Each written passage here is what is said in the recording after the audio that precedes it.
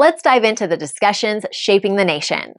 Here, look, Minister, I'm glad to get the opportunity to speak this evening on this matter, and I suppose I want to start by commending the workers in local authorities right across the country, and indeed the ESB workers.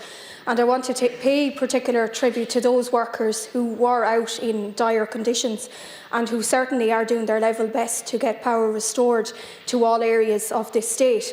However, it was concerning to see maybe a lack of planning. Particularly what concerned me was people with medical conditions. I know I was contacted by the families of many people with special needs and pensioners who were on oxygen, and there was concern over, no power and the fact that the oxygen units were going to run out.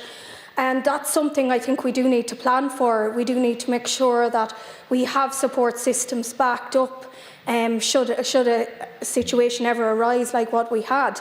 And I suppose, look, we did see communities pulling together. We did see community centres using their resources and facilities, and that was certainly very welcome and a very pragmatic and generous gesture.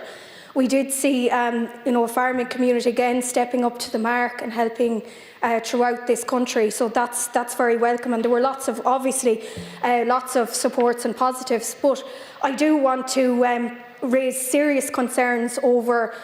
We have a company, a semi-state company called Éowyn, and I'm just baffled and dumbfounded by their lack of efficiency, the lack of professionalism, and indeed the lack of response to urgent situations. I have contacted them about a pensioner living in a very remote area who depends on the phone line and on an alarm system, and still no follow-up. Like we're almost a couple of weeks now after the storm. There's no follow-up whatsoever. And I've had first-hand experience of Éowyn in that my constituency office still has no phone line, despite being contacted a number of times.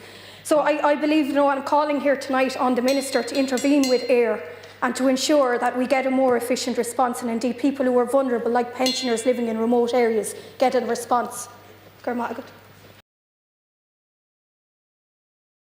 Like, share, and subscribe, and let us know your thoughts in the comments. We'd love to hear from you.